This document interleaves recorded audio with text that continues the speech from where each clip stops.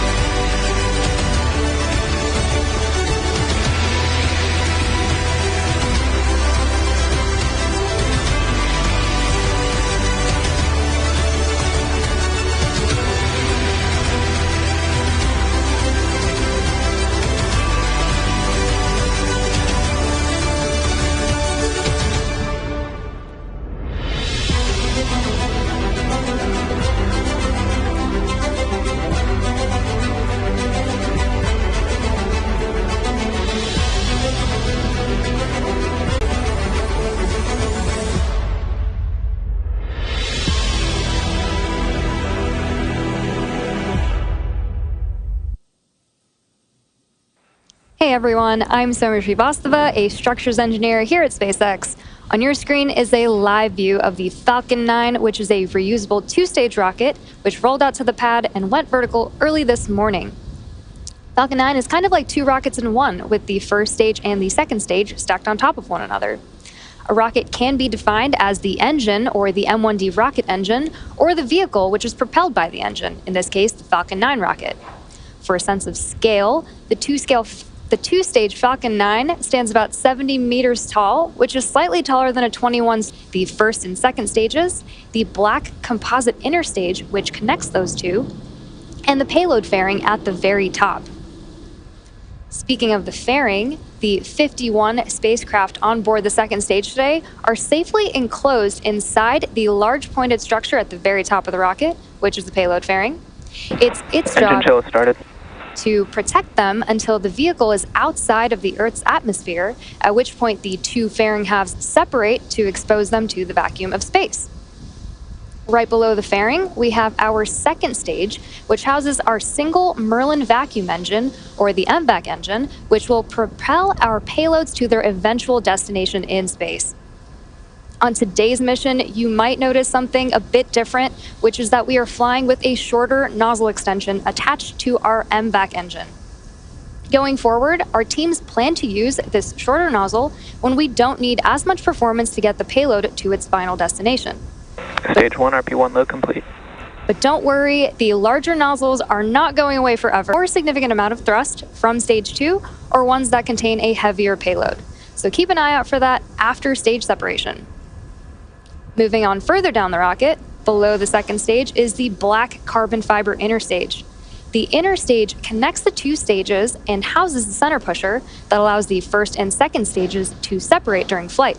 It also houses the MVAC nozzle, which I was just talking about. And below that, we have the first stage, which we usually refer to as the booster.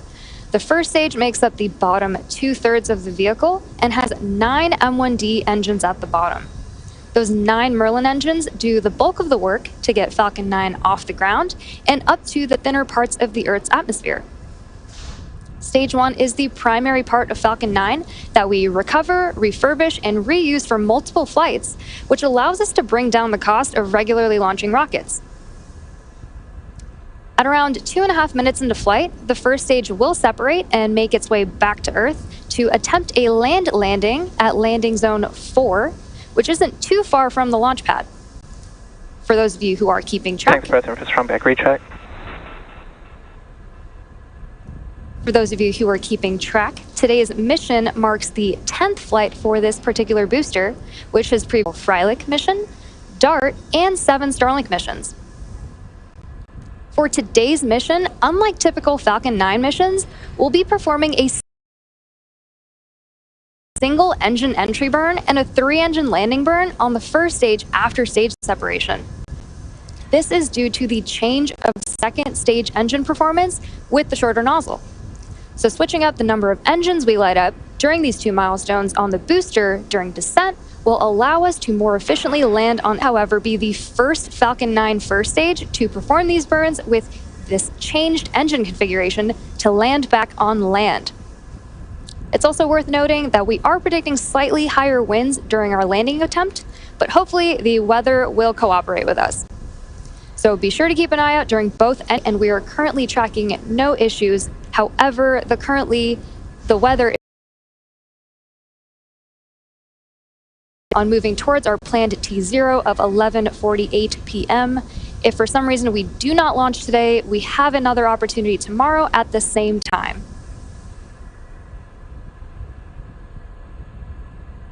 Stage 1 lock load complete. Our goal with these missions is to provide small satellite operators competitive pricing, increased flight opportunities, and flexibility. We're flying some really cool payloads on this mission, including several different types of Earth observation spacecraft, collecting greenhouse gas emissions data, hyperspectral imaging, and now we are clearing out the liquid oxygen line on the transporter vector, and that is why you see those white clouds that are taking over your screen there right now. And there you can see a better view of the venting. Next up will be Falcon 9 in startup. That's when the internal flight computers will take over the launch countdown.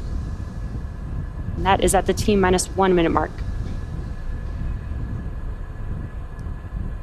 Falcon 9 is in startup. Good call out. Now we're just waiting for the final call from the launch director.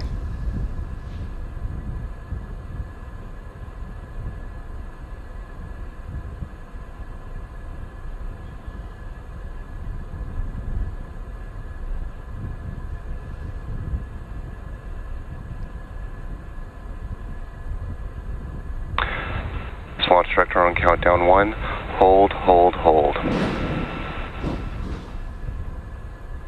Launch abort has started.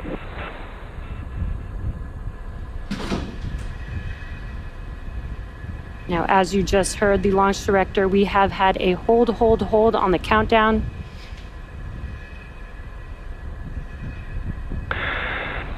As launch director on countdown net, a manual hold was called.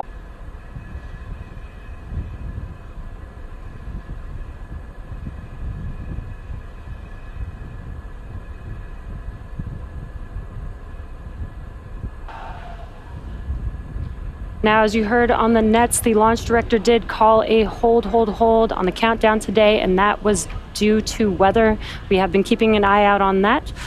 The vehicle and payload remain in good health, and our next launch opportunity is tomorrow at the same time at 11:48 p.m. Pacific time. As always, thanks for watching, and we hope to see you